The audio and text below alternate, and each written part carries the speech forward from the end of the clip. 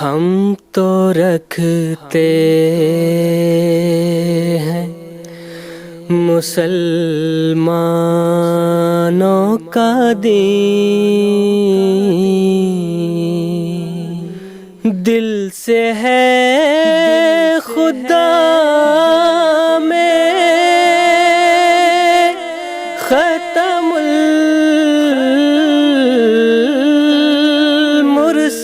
المرسلین، دل سے ہے خدا میں ختم المرسلین،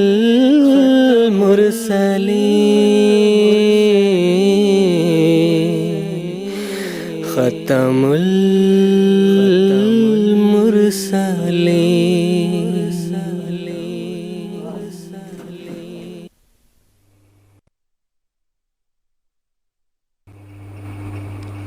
اعوذ باللہ من الشیطان الرجیم، بسم اللہ الرحمن الرحیم۔ ناظرین کرام، السلام علیکم ورحمۃ اللہ وبرکاتہ۔ آج 11 جولائی 2015 ہفتے کا دن ہے۔ انڈیا میں اس وقت رات کے 9:30 بجے ہیں اور جی ایم ٹی کے مطابق اس وقت سحر کے 4 بجے ہیں۔ اور ناظرین، یہ وقت ہے پروگرام راہ ہدیٰ کا۔ قادیان دارالایمان سے پروگرام راہ ہدیٰ کی ایک نئی سیریز لے کر ہم آپ کی خدمت میں حاضر ہیں۔ ہمارے ریگولر ویورز جانتے ہیں کہ اس پروگرام کے کچھ ایپیسوڈز گزشتہ دنوں لندن سے براہ راست آپ کی خدمت میں پیش کیے جا رہے تھے، اور اب ہم آئندہ کچھ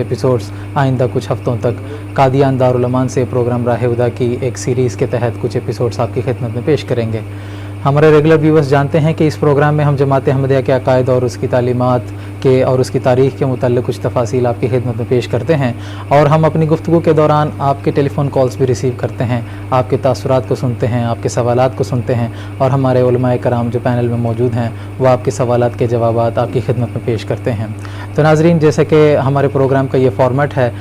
آج کا یہ ایپیسوڈ بھی ہم آپ کی خدمت میں لائیو پیش کر رہے ہیں، اور ہمارا یہ ایپیسوڈ انٹریکٹیو ہے، یعنی ٹیلی فون لائنز کے ذریعے سے آپ ہمارے ساتھ جڑ سکتے ہیں، ٹیکسٹ میسیجز، فیکس میسیجز اور ای میلز کے ذریعے آپ اپنے سوالات ہم تک پہنچا سکتے ہیں۔ تو ناظرین، اگر آپ ہمارے ساتھ اس پروگرام میں جڑنا چاہتے ہیں تو ہم سے رابطے کی تفصیل اس وقت آپ کی ٹیلی ویژن اسکرین پر موجود ہے۔ ناظرین، قادیان دارالایمان سے جو ایک نئی سیریز کا ہم اس وقت آغاز کرنے جا رہے ہیں، اس مکمل سیریز میں ہم سیدنا حضرت اقدس مسیح موعود علیہ السلام کے کلمی جہاد اور آپ کی علمی خدمات اور آپ علیہ السلام کے کتب کا تعارف آپ کی خدمت میں پیش کریں گے کہ سیدنا حضرت اقدس مسیح موعود علیہ السلام نے اپنی تحریرات کے ذریعے سے دنیا میں کیا انقلاب برپا کیا تھا، اور وہ کیا حقائق اور معارف کی موتیاں ہیں جو آپ صلی اللہ علیہ وسلم نے آپ علیہ السلام نے دنیا کے سامنے پیش فرمائی تھیں۔ آج جو ہماری سیریز کا پہلا ایپیسوڈ ہے، اس ایپیسوڈ میں ہم تمہیدی طور پر سیدنا حضرت اقدس مسیح موعود علیہ السلام کی بعثت کے وقت ہندوستان میں اور بلکہ دنیا میں مسلمانوں کی حالات، اور پھر آپ صلی اللہ علیہ وسلم نے کلمی جہاد کا جو آغاز فرمایا، اور جو آپ علیہ السلام کے کلمی خدمات ہیں، جو آپ کے روحانی خزائن ہیں، ان کا تعارف ہم آج کے ایپیسوڈ میں آپ کی خدمت میں پیش کرنے کی کوشش کریں گے وقت کی رعایت کے مطابق۔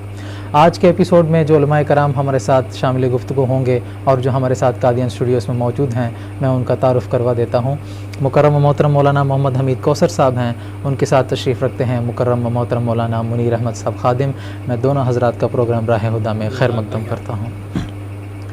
ناظرین کرام، 19ویں صدی عیسوی اسلام کے لیے فکروں اور پریشانیوں اور رنجوں کا وہ زمانہ تھا جس میں احمدیت کا نور طلوع ہوا، اور اسلام کے احیاء نو کی عظیم الشان تحریک احمدیت منصہ شہود پر ابھری۔ یہ تحریک کے بانی دراصل حضرت اقدس مرزا غلام احمد صاحب قادیانی علیہ السلام ہیں، جن کو اللہ تعالیٰ نے قرآن مجید کے سورہ جمعہ میں مذکور پیشگوئی وآخرین منہم لمحہ یلحقوا بہم کے مصداق بنا کر آخری زمانے میں امام مہدی اور مسیح موعود کے طور پر مبعوث فرمایا کہ تا ان کے ذریعے سے توحید کا دنیا میں بول بالا ہو، اور حضرت محمد مصطفیٰ صلی اللہ علیہ وسلم کی سچائی اور قرآن کریم کی صداقت روز روشن کی طرح دنیا میں عیاں ہو جائے۔ ناظرین، قرآن کریم اور حضرت محمد مصطفیٰ صلی اللہ علیہ وسلم کے ارشادات مبارکہ کا جب ہم غور کرتے ہیں تو معلوم ہوتا ہے کہ یہی وہ زمانہ تھا جب سائنس اور علمی ترقی ہوئی، جو اسلام کی اشاعت کی تکمیل اور اسلام کے پیغام کو دنیا کے کناروں تک پہنچانے کے لیے سازگار ثابت ہوئیں۔ اللہ تعالیٰ نے یہ مقدر کر رکھا تھا کہ مسیح موعود کے زمانے میں سائنسی ایجادات اس تیزی اور کثرت کے ساتھ ترقی کریں گی جو حضرت مسیح موعود علیہ السلام کو اسلام کی تبلیغ کرنے کے لیے سازگار ثابت ہوں گی۔ چنانچہ قرآن کریم نے بھی اپنی پیش گوئی وَإِذَا الصُّحُفُ نُشِرَت کے ذریعے سے یہ بتلا دیا کہ مسیح موعود علیہ السلام کا زمانہ وہ زمانہ ہے جس میں سائنسی اور علمی ترقی اس حد تک ہوگی کہ کتابوں اور رسالوں کی نشر اور اشاعت عام ہو جائے گی۔ اس واسطے سیدنا حضرت اقدس مسیح موعود علیہ السلام جو جری اللہ فی حلول الانبیاء ہیں، انہوں نے سیف کا کام قلم سے لیتے ہوئے سائنس اور علمی ترقی کے میدان کارزار میں اترا، اور آپ صلی اللہ علیہ وسلم نے اسلام کی باطنی شجاعت اور اس کی روحانی قوت کے ذریعے سے ہر مخالف کے پرخچے اڑا دیے، اور اسلام اور حضرت محمد مصطفیٰ صلی اللہ علیہ وسلم کے پرچم کو ایک مرتبہ پھر آپ نے اس کے پھریرے کو اس قدر بلند کیا کہ وہ آسمان کی رفعتوں میں بلند سے بلند تر ہوتا چلا جا رہا ہے، اور اسلام کا پیغام حضرت اقدس مسیح موعود علیہ السلام کی تحریر کے ذریعے سے دنیا میں پھیلتا جا رہا ہے اور انشاءاللہ پھیلتا چلا جائے گا۔ ناظرین، سیدنا حضرت اقدس مسیح موعود علیہ السلام کی تحریرات دراصل ایک زندگی بخش آب ہے جو کہ انسان کو روحانی موت سے اس کو زندگی بخشتی ہے۔ سیدنا حضرت اقدس مسیح موعود علیہ السلام کی تحریرات دنیا میں انقلاب برپا کرنے والے ہیں۔ مسیح محمدی علیہ السلام کی تحریرات دراصل انسان کو ایک روحانی زندگی عطا کرتی ہے، اور آپ علیہ السلام نے جو روحانی خزائن تحریر فرمائے ہیں ان کے مطالعے سے ہمیں خدا تعالیٰ کا صحیح عرفان نصیب ہوتا ہے، اور جو آپ علیہ السلام کی تحریرات سے منہ موڑتا ہے وہ اس دنیا میں بھی اور آخرت میں بھی گھاٹے پانے والوں میں شمار کیا جائے گا۔ تو ناظرین، اس مختصر تمہید کے بعد اب سب سے پہلے میں آپ کو موضوع کے تعلق سے دوبارہ بتا دوں کہ ہم حضرت اقدس مسیح موعود علیہ السلام کی کلمی جہاد اور آپ کی علمی خدمات کے تعلق سے آج کے ایپیسوڈ میں گفتگو کریں گے۔ سب سے پہلے اس ضمن میں محترم مولانا محمد حمید کوثر صاحب سے میرا یہ سوال ہے کہ سیدنا حضرت مرزا غلام احمد صاحب قادیانی مسیح موعود و مہدی موعود علیہ السلام کی جب بعثت ہوتی ہے اس وقت مسلمانوں کی کیا حالت تھی، اس کا نقشہ ہمارے ناظرین کی خدمت میں پیش کریں۔ اعوذ باللہ من الشیطان الرجیم، بسم اللہ الرحمن الرحیم۔ سیدنا محمد مصطفیٰ صلی اللہ علیہ وسلم نے یہ پیشگوئی فرمائی تھی، اور بہت سی پیشگوئیاں اس تعلق سے فرمائی تھیں۔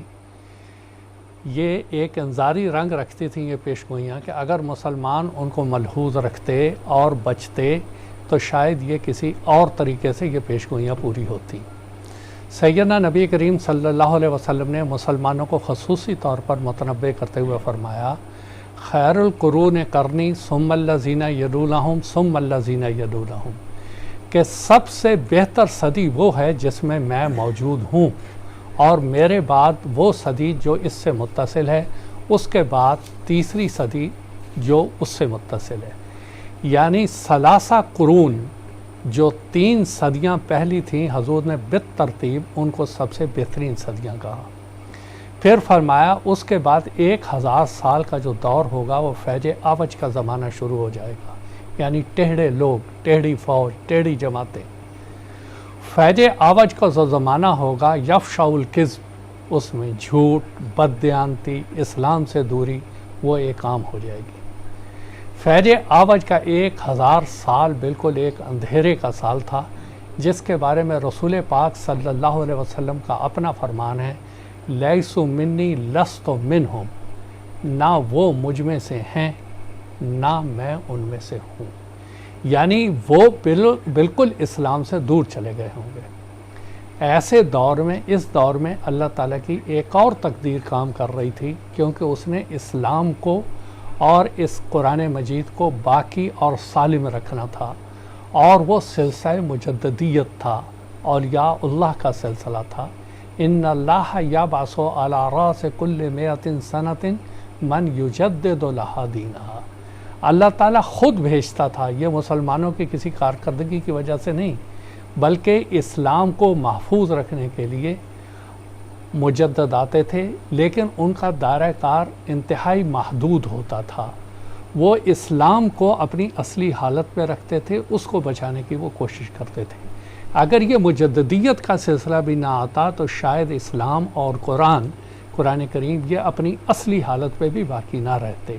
انہوں نے یہ کام ضرور کیا کہ اس کو وہ مجدد یعنی تجدید اس کی کرتے رہے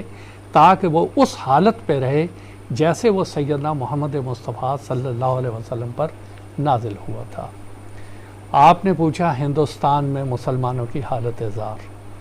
بات یہ ہے کہ مسلمانوں نے یہاں پر تقریباً 1000 سال حکومت کی، کم و بیش بیچ میں سے کچھ وقفے کے ساتھ۔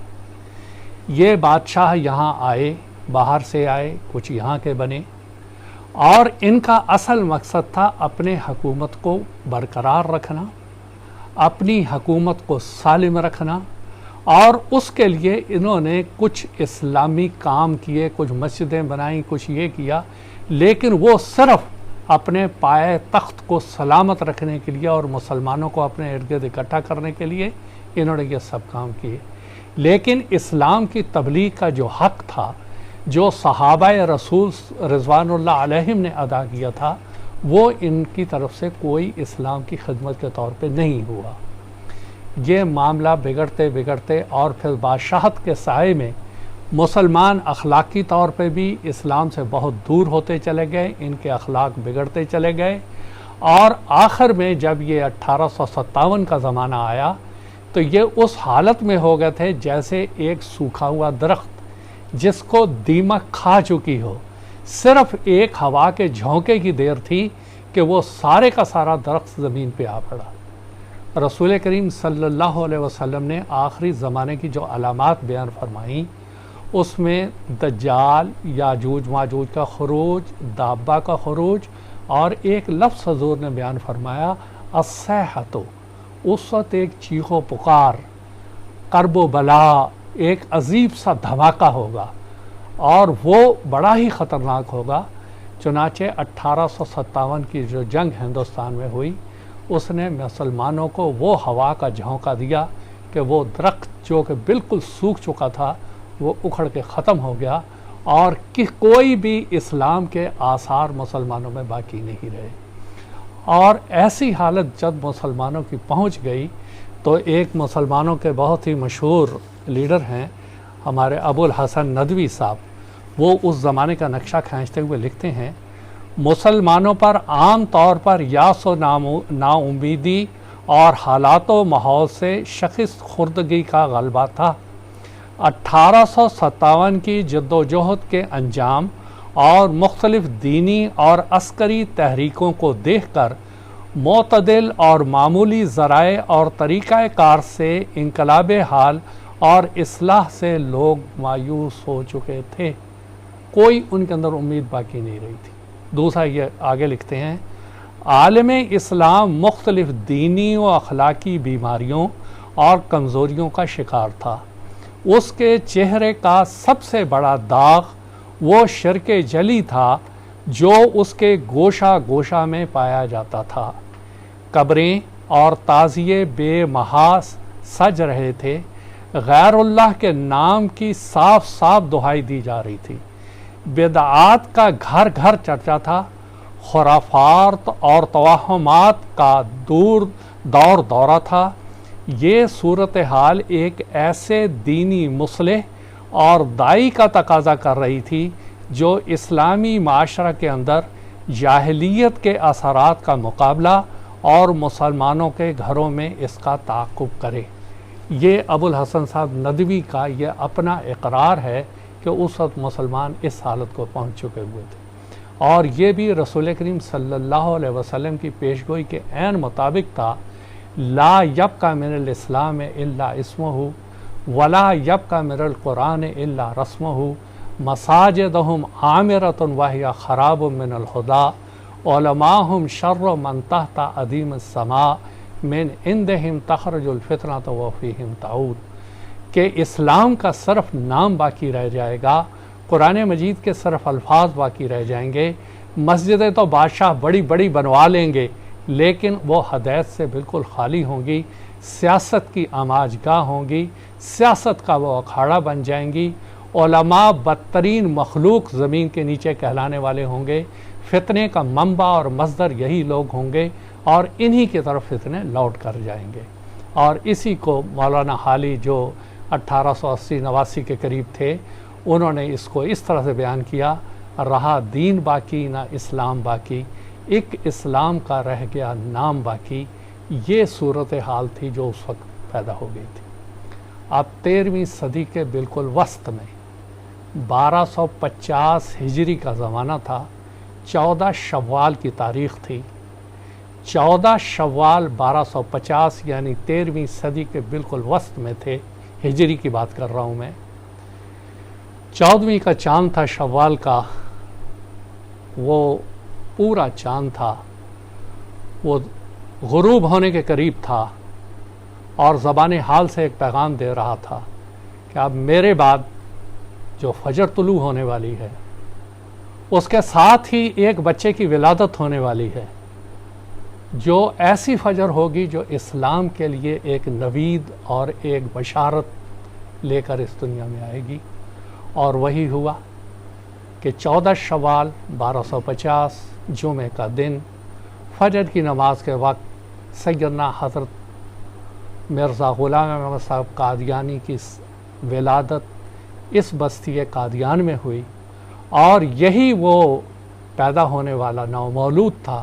جو آگے چل کر اللہ تعالیٰ نے جس کو امام مہدی اور مسیح موعود بنایا، اور انہوں نے پھر اپنے وقت پہ جو اعلان کیا وہ یہ تھا،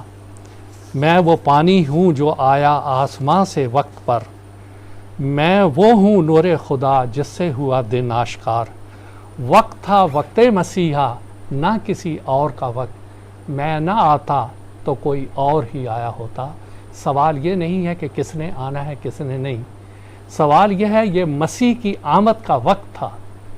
شخصیت کا سوال نہیں ہے۔ سوال یہ حضرت مسیح صاحب فرما رہے ہیں میں نہ آتا تو کوئی اور ہی آیا ہوتا، جیسا کہ ابھی بیان کیا گیا کہ یہاں ایک روحانی پانی کی ضرورت تھی، اور حضرت مسیح موعود علیہ السلام بیان فرماتے ہیں میں وہ پانی ہوں کہ آیا آسمان، میں وہ پانی ہوں کہ آیا آسمان سے وقت پر، میں وہ ہوں نور خدا جس سے ہوا دن آشکار۔ یہ وہ آشکار تھا جو حضرت مسیح موعود علیہ السلام سے شروع ہوا۔ سیدنا حضرت خلیفۃ المسیح خامس نصرہ اللہ نصرا عزیزہ نے کل خطبہ ارشاد فرمایا، اور اس میں لیلۃ القدر کا ذکر فرمایا۔ ایک وہ لیلۃ القدر ہے جو رمضان میں آتی۔ آج جب کہ ہم یہ پروگرام پیش کر رہے ہیں راہ خدا کا قادیان سے، قادیان میں اس وقت 23ویں روزے کی رات ہے اور نماز تراویح کا وقت ہے، اور جیسا کہ کل حضور عید اللہ تعالیٰ بن عزیز نے فرمایا کہ طاق راتوں میں سے کوئی ایک رات لیلۃ القدر ہوتی ہے، اس سے فائدہ اٹھانا چاہیے۔ لیکن حضور نے ایک اور ذکر کیا جو حضرت مسیح موعود علیہ السلام نے بھی جس کا ذکر کیا کہ اس لیلۃ القدر کی ایک دوسری تفسیر بھی ہے، وہ یہ کہ نبی کا زمانہ، معمور کا زمانہ، مرسل کا زمانہ، وہ بھی اپنی ذات میں ایک لیلۃ القدر ہوتا ہے۔ سیدنا حضرت مسیح موعود علیہ السلام اس لیلۃ القدر کا ذکر کرتے ہوئے فرماتے ہیں سو بھائیو، یہ تو ضروری ہے کہ تاریکی پھیلنے کے وقت میں روشنی آسمان سے اترے۔ میں اسی مضمون میں بیان کر چکا ہوں کہ خدا تعالیٰ سورہ قدر میں بیان فرماتا ہے بلکہ مومنین کو بشارت دیتا ہے کہ اس کا کلام اور اس کا نبی لیلۃ القدر میں آسمان سے اتارا گیا ہے، اور ہر ایک مصلح اور مجدد جو خدا تعالیٰ کی طرف سے آتا ہے وہ لیلۃ القدر میں ہی اترتا ہے۔ تم سمجھتے ہو کہ لیلۃ القدر کیا چیز ہے؟ لیلۃ القدر اس ظلمانی زمانے کا نام ہے جس کی ظلمت کمال کی حد تک پہنچ جاتی ہے، اس لیے وہ زمانہ بالطبع تقاضا کرتا ہے کہ ایک نور نازل ہو جو اس ظلمت کو دور کر دے۔ اس زمانے کا نام بطور استعارہ لیلۃ القدر رکھا گیا ہے۔ اب اے مسلمانوں غور سے ان آیات کو پڑھو کہ کس طرح خدا تعالیٰ اس زمانے کی تعریف بیان فرماتا ہے جس میں ضرورت کے وقت پر کوئی مصلح دنیا میں بھیجتا ہے۔ کیا تم ایسے زمانے کا قدر نہیں کرو گے؟ کیا تم خدا تعالیٰ کے فرمودوں کو بنظر استہزاء دیکھو گے؟ فتح اسلام روحانی خزائن جلد 3 صفحہ 32۔ یہ حضرت مسیح موعود علیہ الصلوۃ والسلام نے لیلۃ القدر کی ایک دوسری تفسیر بیان فرمائی تھی۔ حضرت سیدنا محمد مصطفیٰ صلی اللہ علیہ وسلم نے جو پیشگوئیاں مسلمانوں کے متعلق فرمائیں، ان کی حالت زار کے بارے میں فرمائیں، وہ بعین ہی حرف بحرف پوری ہوئیں، اور 13ویں صدی کے وسط میں اللہ تعالیٰ نے مسیح موعود، امام الزماں، امام مہدی علیہ السلام کو اس دنیا میں بھیجا احیاء اسلام کے لیے، اسلام کی نشت ثانیہ کے لیے، وآخرین منہم لما یلحقوا بہم کی پیشگوئی کو پورا کرنے کے لیے۔ اور اس کے بعد سے اسلام کا ایک نیا دور شروع ہوا، اور اسلام جو ایک بالکل ایسی حالت پہ پہنچ چکا ہوا تھا کہ آج گیا اور کل گیا، جبکہ اس کے اوپر چوطرفہ حملے ہو رہے تھے۔ عیسائیوں کا اپنا ایک حملہ تھا، آریوں کی طرف سے اپنا ایک حملہ تھا۔ عیسائیوں کا حملہ اتنا خطرناک تھا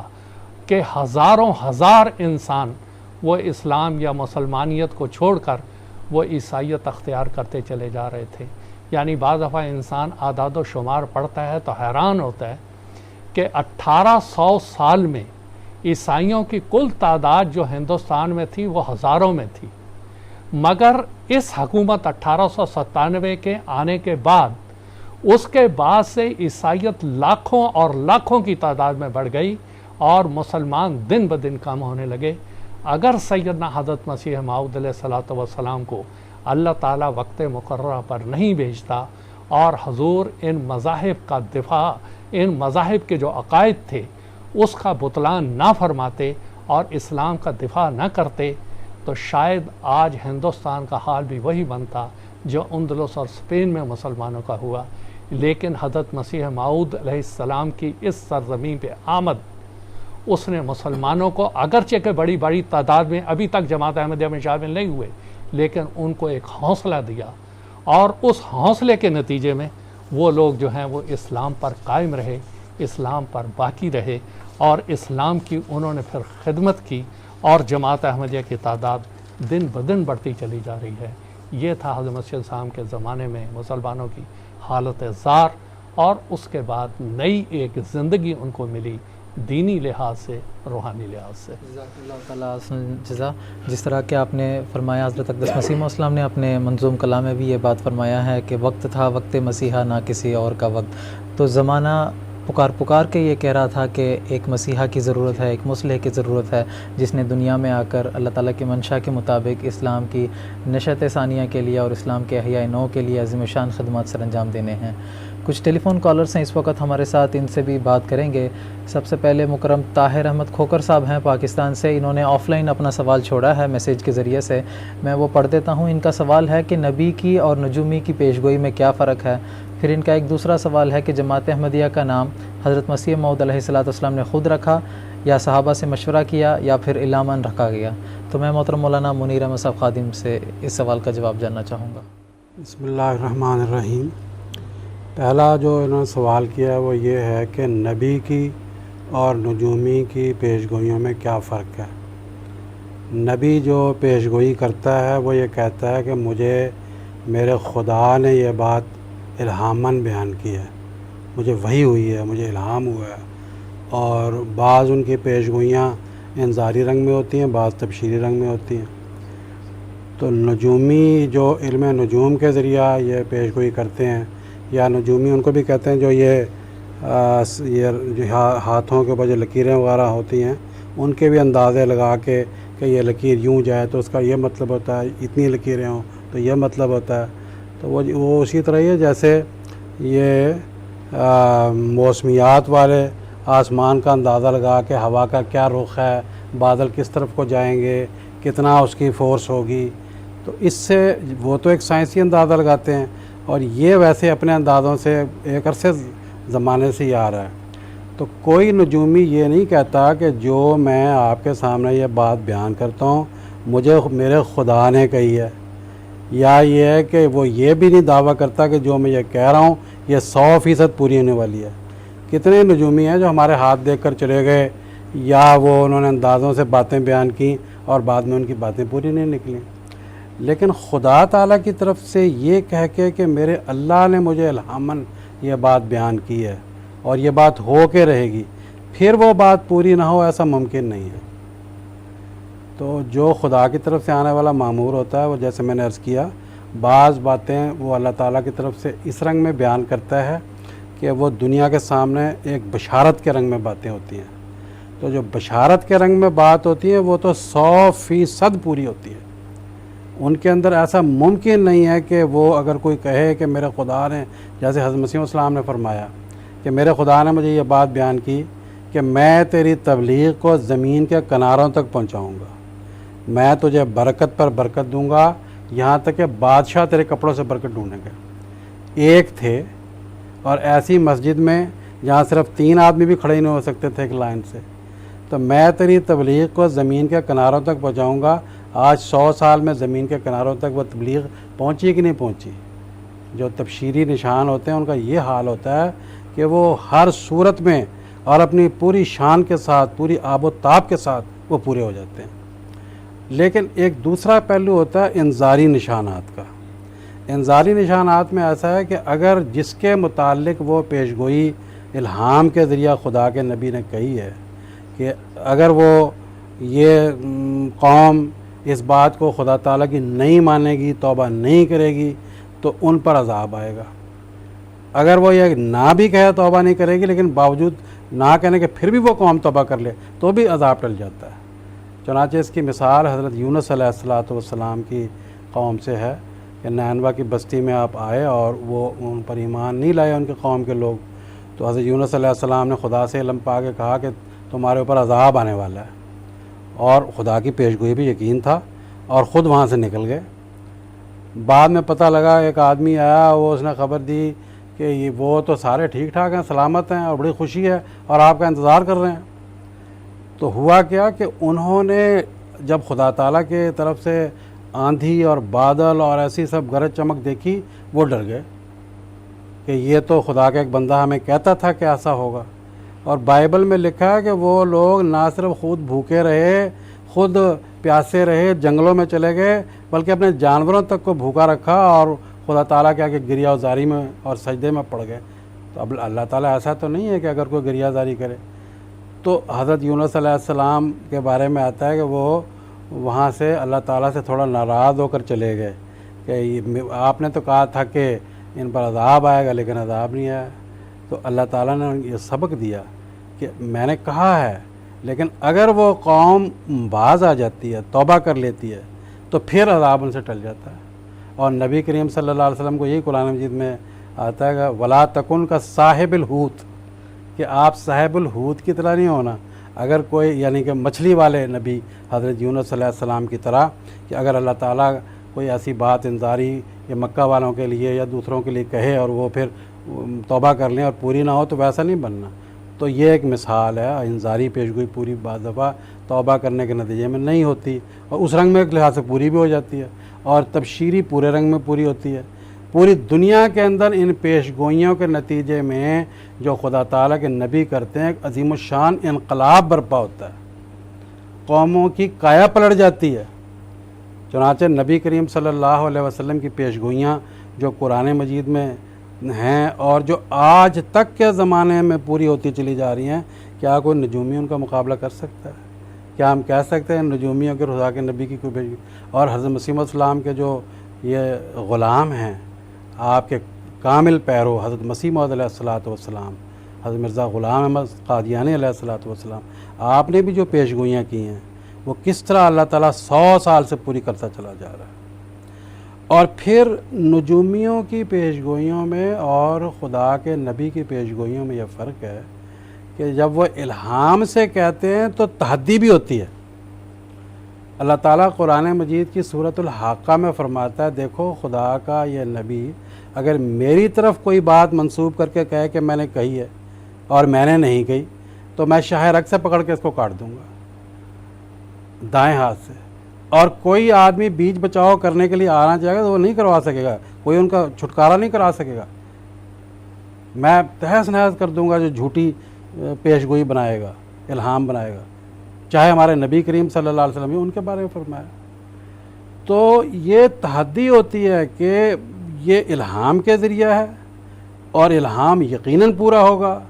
اور یقیناً جو یہ بات بذریعہ الہام بیان کی گئی اس نے سچی بیان کی ہے اور میری طرف سے بیان کی ہے۔ یہ ساری باتیں اور یہ اس کے نتیجے میں آنے والے انقلابات اور قوموں کی کایا پلٹ جانا اور ایک نئی زمین اور نیا آسمان ہو جانا کہاں ہمیں نجومیوں کی پیشگوئیوں میں نظر آتا ہے۔ ایک تو یہ بات، دوسرا تھا وہ ان کا نام کے تعلق سے نام کے تعلق سے کہ کیا حضرت مسیح موعود علیہ الصلوۃ والسلام نے جماعت احمدیہ یا احمدیہ جماعت جو نام ہے یہ الہام سے رکھا یا جماعت کے مشورے سے رکھا، یا تیسرا کیا تھا، یا ویسے رکھ لیا؟ خود رکھا انہوں نے۔ اچھا، تو بات یہ ہے کہ مشورے سے تو نہیں رکھا، اور پھر اگر ہم یہ کہیں کہ اس کے لیے کوئی خاص ایک خصوصی الہام ہوا تو وہ بھی نہیں۔ حضرت مسیح السلام نے اس کی ایک وجہ بیان کر کے، تو وہ بھی اللہ تعالیٰ کی طرف سے آپ کو تفہیم ہوئی ہوگی یقیناً، ہم سمجھتے ہیں کہ آن حضرت صلی اللہ علیہ وسلم کے دو نام ہیں اور دو زمانوں میں ان دو ناموں کی تجلیات کا اللہ تعالیٰ کی طرف سے ظہور ہوا ہے۔ آپ نے فرمایا کہ آن حضرت صلی اللہ علیہ وسلم کی محمد نام کی تجلی آن حضرت صلی اللہ علیہ وسلم کے زمانہ میں ہوئی، بہت بڑھ کر، بہت زیادہ، بہت بہتر،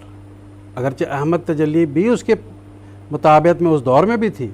لیکن اس احمد تجلی کا دور آخرین کے زمانے میں اللہ تعالیٰ نے مقدر کر چھوڑا تھا۔ تو نبی کریم صلی اللہ علیہ وسلم کا یہ دوسرا نام جو ہے، یہ احمد نام، یہ الہامی نام ہے جو قرآن مجید میں آیا ہے، اور یہی نام کے بارے میں حضرت عیسیٰ علیہ السلام کی طرف سے انجیل میں بھی ذکر ہے، بالکل احمد، کہ احمد آئے گا۔ چنانچہ آپ دیکھیں انجیل میں لکھا ہے کہ وہ لکھا ہوا ہے کہ جب وہ آئے گا، آنے والا، تو میری بہت تعریف کرے گا، میری تمجید بیان کرے گا۔ یہ الفاظ ہیں ایسے انجیل کے اندر آتے ہیں، تو میری تعریف کرے گا، میری تمجید بیان کرے گا۔ اللہ تعالیٰ فرماتا ہے تو اللہ تعالیٰ کی تعریف اور تمجید اس دور میں تکمیل اشاعت ہدایت کے حوالے سے، جس دفتر کو آج ہم کھولا آپ نے، اور ابھی بہت سے ایپیسوڈ اسی حوالے سے آپ نے کرنے ہیں، وہ یہ احمدی شان ہے۔ تو اس احمدی شان کا چونکہ آج کے اس آخرین کے دور میں ظہور ہو چکا ہے اور ہو رہا ہے اور قیامت تک ہوتا چلا جائے گا، تو اس حوالے سے اللہ تعالیٰ کے منشا کے نتیجے میں حضور صلی اللہ علیہ وسلم کی اس دوسری تجلی کے اظہار کے حوالے سے حضرت مسیح موعود علیہ الصلوۃ والسلام نے جماعت کا نام احمدیہ جماعت رکھا۔ جزاکم اللہ تعالیٰ اسنذا، تفصیلی جواب آپ نے دیا ہے۔ ایک اور ٹیلی فون کالر ہیں مکرم محمد عبدالرشید صاحب، جو کہ لنڈن سے اس وقت ہمارے ساتھ ٹیلی فون لائن پر موجود ہیں، ان سے بھی ہم بات کرتے ہیں۔ السلام علیکم ورحمۃ اللہ، محمد عبدالرشید صاحب۔ میں محمد عبدالرشید لندن سے بول رہا ہوں جی، آپ کا پروگرام بڑا شاندار ہے۔ میرا عاجزانہ سوال ہے کہ سورۃ الفرقان مکی سورت ہے، اس کی آیت نمبر 31 میں اللہ تعالیٰ نے فرمایا ہے، اور رسول کہے گا کہ اے میرے رب، یقیناً میری قوم نے قرآن کو متروک کر دیا ہے۔ کیا احادیث سے اس آیت کی وضاحت ملتی ہے؟ جبکہ سورۃ جمعہ میں بھی اس کی طرف اشارہ ہے، جو کہ مدنی سورت ہے، کہ مسیح موعود تشریف لائیں گے۔ اس کا دوسرا عرض یہ ہے، سوال کا حصہ ہے کہ مسلمانوں کی حالت 300 سال کے بعد رسول اللہ صلی اللہ علیہ وسلم کے فرمان کے مطابق بگڑ گئی۔ کیا اس کا احادیث سے کوئی پتہ چلتا ہے؟ جزاکم اللہ واسن جزا۔ جناب شکریہ۔ مولانا محمد حمید کوثر صاحب سے سب سے پہلی بات تو یہ ہے کہ سورہ فرقان کے حوالے سے انہوں نے جو بات کی کہ ایک وقت آئے گا کہ میری قوم قرآن کو مہجور کر دے گی، چھوڑ دے گی۔ اب اس کی 2-3 تفاسیر ہیں جو اختصار سے میں بیان کر دیتا ہوں۔ ایک تو یہ کہ جس وقت قرآن مجید نازل ہو رہا ہے، اگر اس وقت کے پس منظر کے لحاظ سے دیکھیں تو مکہ والے جو رسول کریم صلی اللہ علیہ وسلم کے اپنے قبیلہ قریش سے تھے، قریبی تھے، سب کچھ تھے، پھر اہل زبان لوگ تھے، وہ قرآن مجید کو نظر انداز کرتے چلے جا رہے تھے، اس کو کچھ اہمیت نہیں دیتے تھے۔ بہت کم لوگ تھے جنہوں نے اس وقت قرآن مجید کو سنا، قرآن مجید پر ایمان لائے اور قرآن مجید پر عمل کرنا شروع کیا۔ ایک تو یہ بات۔ دوسری بات یہ کہ اس کو قرآن مجید میں رکھ کے اللہ تعالیٰ نے ایک اور انذار اور ایک تنبیہ فرمائی کہ دیکھو ایک زمانہ ایسا آئے گا کہ مسلمان جو میری قوم بن جائیں گے وہ بھی قرآن مجید کو، ان میں سے بہت سے ہیں جو قرآن مجید کو چھوڑ دیں گے۔ اب اگر ہم تاریخ کے حوالے سے دیکھتے ہیں تو یہ محض اللہ تعالیٰ کا فضل ہے کہ اللہ تعالیٰ نے یہ وعدہ کیا تھا اِنَّا نَحْنُ نَزَّلْنَا الذِّكْرَ وَإِنَّا لَهُ لَحَافِظُونَ، کہ ہم نے قرآن مجید کو اتارا ہے اور ہم ہی اس کی حفاظت کریں گے۔ قرآن مجید کی معنوی حفاظت کا، ظاہری حفاظت کا اللہ تعالیٰ نے وعدہ خود اپنے ذمہ لیا تھا کہ ہم اس کی حفاظت کریں گے، اس کا انحصار تم پر نہیں ہوگا، تم اس کی حفاظت نہیں کر سکو گے، ہم خود ان کی حفاظت کریں گے، ہم نے اتارا ہے، ہم اس کے محافظ ہوں گے، ہم اس کی حفاظت کریں گے۔ چنانچہ اللہ تعالیٰ نے اس کی حفاظت کی۔ اب چند ایک واقعات میں بتاتا ہوں آپ کو کہ قرآن مجید کو کیسے ریب میں منتقل کرنے کی کوشش کی گئی۔ ایک فتنہ ایک زمانے میں یہ چلا کہ قرآن مجید کی بہت سی آیات ناسخہ ہیں، بہت سی آیات منسوخ ہیں۔ کسی نے کہا 500، کسی نے کہا کچھ، کسی نے کہا جس کو جو سمجھ نہیں آئی اس نے کہا یہ ناسخہ ہیں، یہ منسوخ ہے۔ حالانکہ ان لکھنے والوں نے کبھی یہ بات نہیں سوچی کہ سورہ فاتحہ کے بعد جو سورہ بقرہ ہے اس کی ابتدا اس بات سے ہے الف لام میم ذالک الکتاب لا ریب فیہ، کہ اس کے اندر ریب نہیں ہے۔ لیکن ناسخ اور منسوخ کا مسئلہ چلا کے انہوں نے قرآن مجید میں ریب پیدا کرنے کی کوشش کی، اور یہ ایک بہت دیر تک یہ فتنہ چلتا چلا آیا۔ پھر ایک نیا فتنہ یہ پیدا شروع ہوا گا ابتدائی مسلمانوں میں کہ قرآن مجید خالق ہے کہ مخلوق ہے،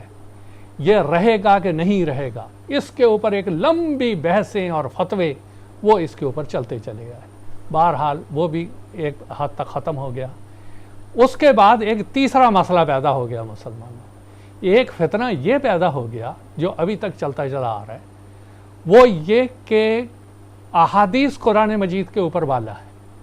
قرآن مجید اقوال ہیں لیکن وہ سارے اقوال رسول کریم صلی اللہ علیہ وسلم کی سنت اور آپ کے افعال میں آ گئے، اس لیے قرآن مجید کو انہوں نے ثانوی حیثیت دے دی۔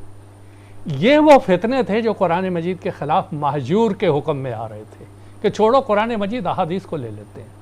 یہ مخلوق ہے، یہ خالق ہے، یہ ناسخ ہے، یہ منسوخ ہے۔ یہ بھی بات ہو سکتی ہے کہ یہ مخالفین اسلام کی طرف سے وسوسے پیدا کیے ہوں،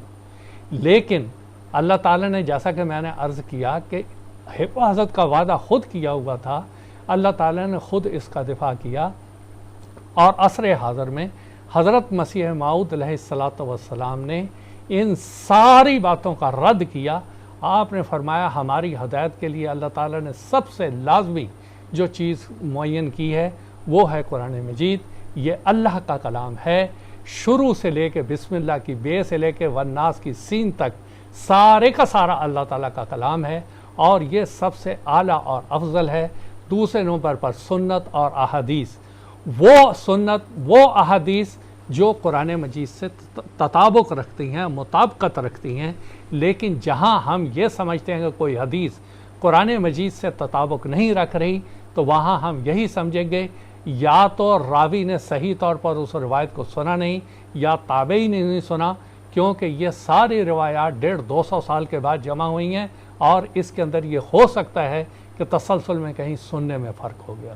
لیکن احادیث کو ہم قرآن مجید پر تفوق نہیں دے سکتے، فوقیت نہیں دے سکتے۔ قرآن اللہ کا کلام ہے، اس کی حفاظت اللہ تعالیٰ نے کی ہے۔ اب ایک تیسری بات انہوں نے سورہ جمعہ کے حوالے سے کی، وہاں اللہ تعالیٰ نے ایک مسلمانوں کو مثال اور دی تھی، مَثَلُهُمْ كَمَثَلِ الْحِمَارِ يَحْمِلُ أَسْفَارًا، کہ جیسے اہل کتاب تورات والے، تورات موجود رہی مگر وہ اس کی مثال اللہ تعالیٰ دے رہا ہے سورہ جمعہ میں رکھ کے، آخرین منہم کے تحت رکھ کے، کہ دیکھو تم سے پہلے جو قوم تھی نا ان کو بھی ہم نے تورات دی تھی، مگر انہوں نے کیا کیا کہ جیسے گدھا ہے اس کی پیٹھ کے اوپر کتاب ہوتی ہے، لیکن اس گدھے کو یہ پتہ نہیں ہوتا کہ اس کے اوپر لکھا ہوا کیا ہے، اس کے اوپر عمل کیسے کرنا ہے۔ اللہ تعالیٰ نے سورہ جمعہ میں رکھ کے یہ بتایا کہ جب وہ آخرین کا مظہر آئے گا،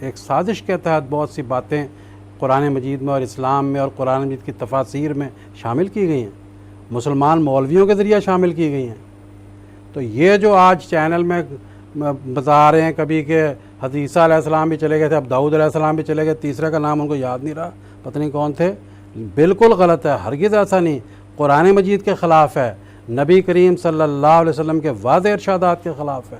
کوئی آدمی جسم سمیت نہ آسمان پر جا سکتا ہے اور نہ گیا ہے۔ جزاکم اللہ تعالیٰ حسن جزا۔ اب ہم بات کرتے ہیں مکرم صبغت اللہ صاحب سے، جو کہ اوڈیشہ انڈیا سے اس وقت ہمارے ساتھ ٹیلی فون لائن پر موجود ہیں۔ السلام علیکم ورحمۃ اللہ صبغت اللہ صاحب۔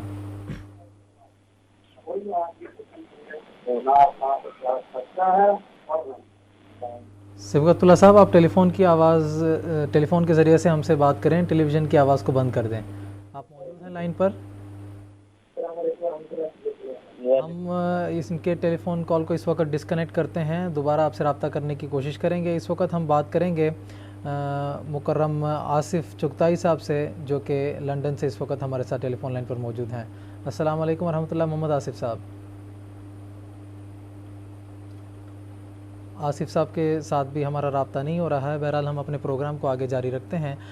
محترم مولانا محمد حمید کوثر صاحب نے بڑی تفصیل کے ساتھ اس بات کو پیش کی ہے کہ حضرت اقدس مسیح موعود علیہ السلام کی بعثت کے وقت ہندوستان میں خاص طور پر مسلمانوں کی کیا حالت تھی اور کیا حالت زار ان کی تھی۔ میں اب آپ سے اسی موضوع کو آگے بڑھاتے ہوئے یہ پوچھنا چاہوں گا کہ سیدنا حضرت اقدس مسیح موعود علیہ السلام نے کلمی جہاد کا جو آغاز فرمایا ہے، اس کے متعلق کچھ تفاصیل ہمیں بتائیں۔ حضرت اقدس مسیح موعود علیہ السلام کا جو قلمی جہاد ہے یا لسانی جہاد ہے یا جو آپ کی علمی خدمات ہیں، ان کو صرف ایک مسلم دانشور کی حیثیت سے یا ایک مسلم بزرگ کی حیثیت سے یا اس حیثیت سے کہ ایک عالم نے جو ہے چند کتابیں لکھ دی ہیں، یہ اگر اس حیثیت سے غیر احمدی تو دیکھتے ہیں، بعض شریف النفس جو ہیں وہ اس حیثیت سے ہی دیکھتے ہیں، کیونکہ وہ تو مسیح السلام پر ایمان نہیں لاتے،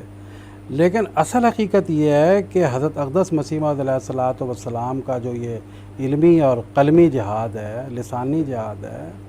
دراصل اس کو جب ہم نے دیکھنا ہو تو اس حیثیت سے دیکھنا ہے کہ آپ اللہ تعالیٰ کے نبی تھے، جیسا کہ نبی کریم صلی اللہ علیہ وسلم نے آپ کو نبی اللہ فرمایا، صحیح مسلم کی حدیث میں نبی اللہ کے الفاظ آتے ہیں، تو منہاج نبوت پر پرکھنا ہوگا سب باتوں کو، اور دیکھنا ہوگا کہ کیا قرآن مجید میں اس قلمی جہاد کا یا لسانی جہاد کا یا علمی خدمات کا کوئی تذکرہ ہو رہا ہے۔ چنانچہ ابھی مول صاحب نے ذکر فرمایا کہ وہ جو سورۃ الجمعہ کی ابتدائی آیات ہیں، ان میں نبی کریم صلی اللہ علیہ وسلم کے بارے میں آتا ہے کہ آپ امیین میں تشریف لائے ہیں۔ کیا کرنے کے لیے آئے ہیں؟ نمبر 1، یتلو علیہم آیات ہی، قرآن مجید کی آیات کی تلاوت کریں گے۔ دوسرا کیا کریں گے؟ وَيُزَكِّيهِمْ، اور ان کو پاک کرنے کے لیے آئے ہیں، ان کا تزکیہ کرنے کے لیے آئے ہیں۔ تیسرا کیا کرنے کے لیے آئے ہیں؟ وَيُعَلِّمُهُمُ الْكِتَابَ، ان کو کتاب سکھانے کے لیے تشریف لائے ہیں۔ اور چوتھی بات یہ بیان فرمائی گئی ہے والحکمہ، حکمت کے موتی ان کے دماغوں میں اتارنے کے لیے آئے ہیں، دنیا کے سامنے سجانے کے لیے، دنیا کو حکمت سکھانے کے لیے نبی کریم صلی اللہ علیہ وسلم تشریف لائیں۔ یہ آپ کے 4 کام سورۃ الجمعہ کی ابتدائی آیت میں بیان کیے گئے ہیں۔ اس کے بعد اللہ تعالیٰ اس کلام کو جاری رکھتے ہوئے فرماتا ہے وَآخَرِينَ مِنْهُمْ لَمَّا يَلْحَقُوا بِهِمْ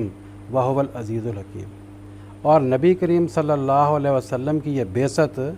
کچھ اور لوگوں میں بھی ہوگی، آخرین میں بھی ہوگی۔ ابھی آخرین وہ ان صحابہ کرام سے ملے نہیں، وہ بعد میں آئیں گے۔ اللہ بہت غالب اور حکمت والا ہے۔ جب یہ آیت نازل ہوئی تو بڑی عجیب آیت تھی صحابہ کرام کے لیے، اور خود لگتا ہے نبی کریم صلی اللہ علیہ وسلم کے لیے بھی بڑی عجیب رہی ہوگی۔ تو جب آیت نازل ہوئی تو صحابہ نے پوچھا حضور یہ آخرین کون ہے جن میں آپ تشریف لائیں گے؟ حضور خاموش ہو گئے، تھوڑی دیر کے لیے جواب نہیں دیا حضور نے۔ پھر پوچھا، جب تیسری بار پوچھا تو حضور نے وہاں مجلس میں حضرت سلمان فارسی رضی اللہ تعالیٰ عنہ بیٹھے تھے، حدیث بخاری کے الفاظ ہیں کہ حضور نے ان کے کندھے پہ ہاتھ رکھا اور حضور نے فرمایا لو کان الایمان معلقا بالثریا لنالہ رجل اور رجال من ہؤلاء، کہ اگر ایمان ثریا ستارے پر بھی چلا جائے گا لوگوں کے قلوب سے اٹھ کر، تو ان میں سے سلمان فارسی کی قوم میں سے ایک شخص یا کچھ اشخاص ایسے ہوں گے جو پھر سے اس ایمان کو لا کے لوگوں کے دلوں کے اندر جو ہے اس کو قائم کریں گے، اس کو مضبوط کریں گے۔ تو گویا کہ یہ بات نبی کریم صلی اللہ علیہ وسلم نے بھی بیان فرما دی کہ زمانہ ایسا آئے گا کہ نہایت تاریک ہو جائے گا، ایمان دنیا سے اٹھ کے ثریا ستارے پر چلا جائے گا۔ تب سلمان فارسی کی اس قوم میں سے ایک شخص جو ہے وہ آئے گا اور نئے سرے سے ایمان کو پھر زندہ کرے گا، اور پھر گویا کہ نبی کریم صلی اللہ علیہ وسلم نے اس کی بعثت کو اپنی بعثت قرار دیا کہ آخرین میں جو وہ آئے گا وہ تمثیلی طور پر میں ہی ہوں گا۔ تو گویا یہ صاف ثابت ہو گیا کہ جو آئے گا وہ بھی یہ چار کام کرے گا، اور یہ چاروں کا چاروں کام جو ہے یہ قلبی خدمات سے بھی تعلق رکھتے ہیں، لسانی خدمات سے بھی تعلق رکھتے ہیں، اور علم کی وسعت جو خدا اپنے فضل سے محض اور محض اپنے فضل سے عطا فرمائے اس سے بھی تعلق رکھتے ہیں۔ چنانچہ حدیث میں بھی نبی کریم صلی اللہ علیہ وسلم نے جو یہ حدیث ابھی میں نے سنائی آپ کو کہ ایمان ثریا ستارے پر چلا جائے گا پھر اس کو آئیں گے، تو فرمایا کہ وہ ایمان کے ثریا ستارے پر چلے جانا اور دنیا میں تاریکی اور ضلالت کا پھیل جانا اور گھٹا ٹوپ اندھیرے کا آ جانا، اس کی کیا مثال دی؟ ابھی بتایا گیا ہے کہ دجال آئے گا، یاجوج ماجوج آئے گا، یعنی کہ دنیا کے اندر تاریکی پھیلانے کی انتہا کر دے گا۔ اور یہ دجال کے بارے میں حضرت مسیح موعود علیہ الصلوۃ والسلام نے فرمایا کہ دجال کے کئی منہ ہیں، کئی صفات کے دجال ہیں۔ ایک دجال تو یہ مولوی صاحبان بھی ہیں، جو بعض مولوی صاحبان جو اللہ تعالیٰ کے اس کلام کو، اللہ تعالیٰ کے اس آئے ہوئے اسلام کو جو ہے وہ بگاڑ کر دوسری شکل میں پیش کر رہے ہیں، ضلالت کی شکل میں پیش کر رہے ہیں۔ تو یہ بھی ایک دجال کا دجالی نمونہ ہے۔ اور حضرت مسیح السلام نے یہ بھی فرمایا کہ دجال جو ہے یہ عیسائی قومیں بھی دجال ہیں جو خدا کے ایک بندے کو خدا بنا رہی ہیں، عیسیٰ علیہ الصلوۃ والسلام کو، یہ بھی دجالی کام ہے ان کا۔ چنانچہ آپ حدیث پڑھ لیں، حدیث میں لکھا ہوا کہ جس وقت وہ دجال آئے گا تو حضور نے فرمایا کہ گرجے میں تلاش کرو، گرجے سے نکلے گا۔ اور پھر فرمایا کہ سورہ کہف کی جو ابتدائی آیتیں ہیں ان کو پڑھو دجال سے بچنے کے لیے۔ تو وہ سورہ کہف کی ابتدائی آیتوں میں کیا لکھا ہوا ہے؟ جو عیسوی جو مسیحیوں کے غلط جو عقائد ہیں، جیسے وہ تو تثلیث ہے، کفارہ ہے وغیرہ وغیرہ، ان سے بچنے کی اس کے اندر تعلیم دی گئی ہے۔ تو ایسی ضلالت کے دور میں جو خدا تعالیٰ کے اس بندے نے آ کر جو نبی کریم صلی اللہ علیہ وسلم کا مثیل ہونا تھا، اس نے کس طریقے سے دنیا کے اندر جو ہے وہ روشنی کی کرنیں پھیلانی تھی، اپنے قلم کے ذریعہ، اپنی زبان کی اللہ کی دی ہوئی طاقت کے ذریعہ۔ چنانچہ اس کے بارے میں بھی نبی کریم صلی اللہ علیہ وسلم نے پیشگوئیوں کے رنگ میں احادیث میں بیان فرما دیا ہے۔ جیسے میں نے ابھی کہا کہ حضور فرماتے ہیں کہ دجال گرجے سے نکلے گا اور سورہ کہف کی ابتدائی آیتیں پڑھو، اسی طرح آپ نے یہ بھی فرمایا کہ جب وہ آئے گا تو وہ صلیب کو توڑے گا اور وہ خنزیر کو قتل کرے گا۔ تو آگے اگلے الفاظ کیا ہیں؟ یکسر الصلیبہ و یقتل الخنزیرہ، اس کے بعد ہی ہے وَيَضَعُ الْحَرْبَ۔ بخاری کتاب الانبیاء اٹھائیں، اس کو پڑھیں، اس میں لکھا ہوا ہے، گویا کہ نبی کریم صلی اللہ علیہ وسلم نے واضح فرما دیا کہ یہ جو میں بتا رہا ہوں صلیب کے توڑنے کا، اور یہ جو بتا رہا ہوں خنزیری صفات لوگوں کے قتل کرنے کا، تو اس کا مطلب نہیں ہے کہ وہ ہاتھ میں تلوار پکڑے گا اور جنگیں کرے گا، بلکہ یاد رکھو یضع الحربہ، اس کے زمانے میں یہ جو تلوار کے جہاد، تلوار کی جو جنگیں، ان کا خاتمہ ہو جائے گا، ان کو موقوف کر دیا جائے گا۔ تو اسی طریقے سے یہ بھی آتا ہے کہ جب آئے گا مسیح موعود تو اس زمانے میں عیسائیوں کی تعداد دنیا میں سب سے زیادہ ہوگی، اکثر جو ہیں روم ہوں گے، اور یہ بھی مسلم کتاب الفتن کے اندر آتا ہے کہ اس وقت کیا ہوگا کہ حضرت جو عیسائی لوگ یہ کہیں گے آنے والے وہ زمانے میں کہ یہ جو ہمیں چھوڑو کہ ہم یہ جو ہمارے دین سے پھر گئے ان کو دوبارہ دین میں لائیں. گویا کہ دین میں لانے کی، دین سے نکالنے کی ایک بہت زبردست مہم چل پڑے گی. تو کیا اس سے سبق ملا، کیا اس سے اخذ ہوا کہ آنے والا مسیح موعود اپنے مباحثے کے ذریعہ، اپنے مجادلے کے ذریعہ، اپنے علم کے ذریعہ جو خدا تعالیٰ کی طرف سے اسے عطا کردہ ہوگا، دنیا کے اندر جو ہے وہ ایک انقلاب لائے گا حضرت نبی کریم صلی اللہ علیہ وسلم کی کامل پیروی اور اطاعت کے نتیجے میں. اچھا اب دیکھیں آگے، یہ بھی فرمایا کہ حدیث میں آتا ہے کہ جب وہ آئے گا مسیح موعود تو وہ جب اپنا سر جھکائے گا تو اس کے سر سے پانی کے قطرے گریں گے، اور جب سر اٹھائے گا تو وہ قطرے موتی بن چکے ہوں گے.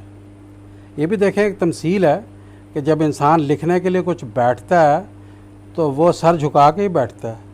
اور جب اٹھتا ہے تو فرمایا کہ کاغذ کے اوپر وہ موتی بکھرے ہوئے ہوں گے. یہ نبی کریم صلی اللہ علیہ وسلم ایک لحاظ سے تمثیلی رنگ میں. اور ایک اور جگہ فرمایا